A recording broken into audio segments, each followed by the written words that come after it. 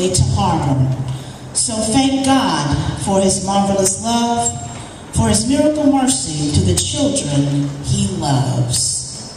Oh, thank God, he's so good. This morning I want to talk about when thanks isn't good enough. When thanks isn't good enough. Now that school is in session for all of us in our house, I now get up at 6 a.m. to go to the Y to work out.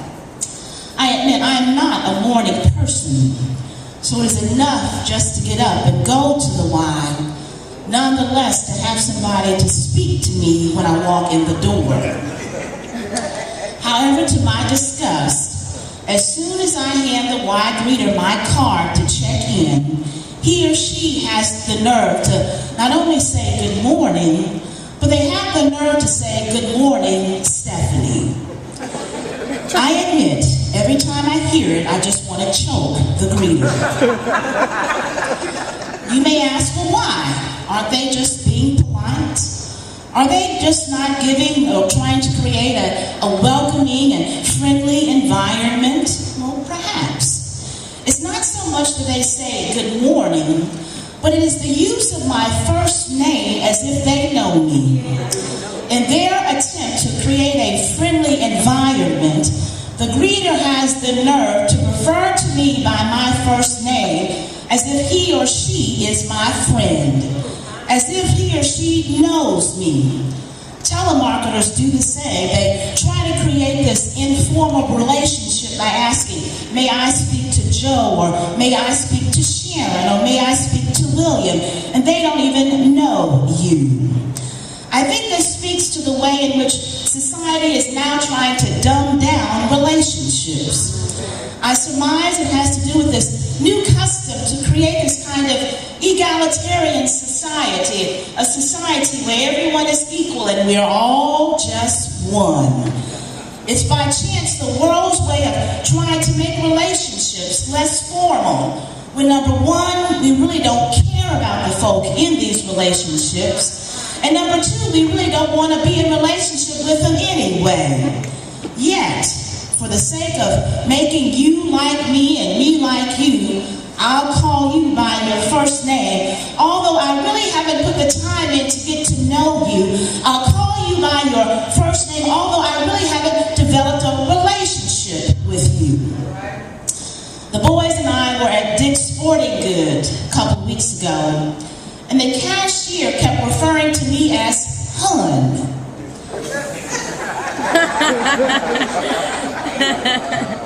She said, did you find everything you needed, Hun?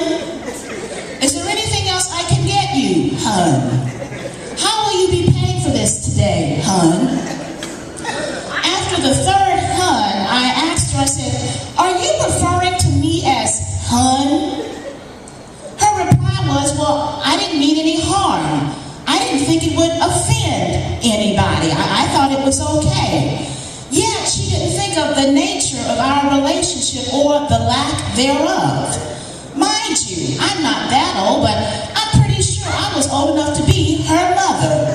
Yet she wanted to minimize our connection with each other. Could it be that she needed to bring me down to her level? I mean, what's going on in our world when we are using language to create these fake, phony connections? Susie Orman does it all the time. People call in and she says, hey, girlfriend, what do you need? Hey, boyfriend, how's it going? She doesn't know the girl or the boy on the opposite end of the phone, but yet she refers to them as girlfriend or boyfriend. Why do we feel the need to fabricate this social intimacy that's really not there? We're so used to this abbreviated name calling, this first name calling. Well, you know what? Me being me, I'll just say everybody ain't friends and everybody don't want to be your friend. Perchance this really just speaks to the way in which society takes relationships these days. People struggle with commitment. We really don't want to take the time to develop a solid kinship or a close relationship with people. You saw the paper this week, how it is that the marriage rate in Tennessee has dropped 30% in the last decade. People don't want to get married, they want to shout.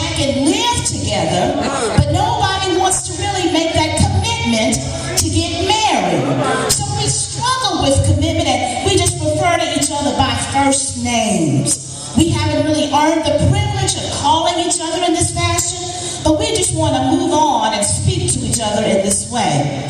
We use people for what they can do for us, and then we move on.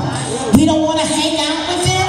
We don't want to get to know them. Nonetheless, we want them to do for us what we want them to do for us. We want their knowledge. We want their wealth. We want their possessions. We want what they have so that we can get what we want to have. We dumb down relationships. We live in this hit it or quit it society. We get what we need and we move on. And the language we use speaks to this, that a quickie will do, that a quickie will be just fine. And dare I say that even in this church, sometimes all we want is a quick fix. Service in here better not run too long, especially on Labor Day weekend, and especially now that it's Titan season. Just enough singing? Well, that's just enough singing. That social justice moment better not be too long. That prayer, that was a little lengthy, wasn't it? Admit it. We want a hit from God as if God is like some crack. We want a hit, and then we want to move on. And our language speaks to this impatience. What's happening? Remember growing up when Mama taught us to say yes, ma'am, and no, ma'am, and please, and thank you? Amen. Every now and then you'll hear a yes, ma'am. Every once in a while, on a blue moon, a no, ma'am. We still do please. But have you noticed we don't say thank you anymore? Someone does something for us and it's thanks. Someone gives us something and it's thanks. We use it even arrogantly or sarcastically, demanding something. Can you do this for me? Thanks. I mean, what's going on? Thanks. I mean, come on, Marvin Gaye, what's going on in our world? I mean, in this world of texting and emailing and many this and micro that, in this age where, yeah, all we want are sound bites and a little bit of this and a little bit of this, we don't even take the time to say thank you anymore. It's as if we don't have time to be polite. We don't even take the time to be courteous. And you know what's going on in this world of texting and emailing and all this abbreviated language that we use. Here's some examples. LOL. You know what it means. LMAO. You know what that one is too. TMI. KMA. TTYL. BFF. OMG. Here's another one I learned. NOKD. Not our kind, dear. We don't even write the word two. We use the number 2. We don't even say okay. We write the letter K. We don't even write the word R. We use the letter R. All this abbreviated language, WTH, WTF. All this shorthand language that we use to speak to each other. Oh, y'all know what it means. And dare I say that perhaps we're even short on courtesy. Since when did it become okay just to say thanks? Since when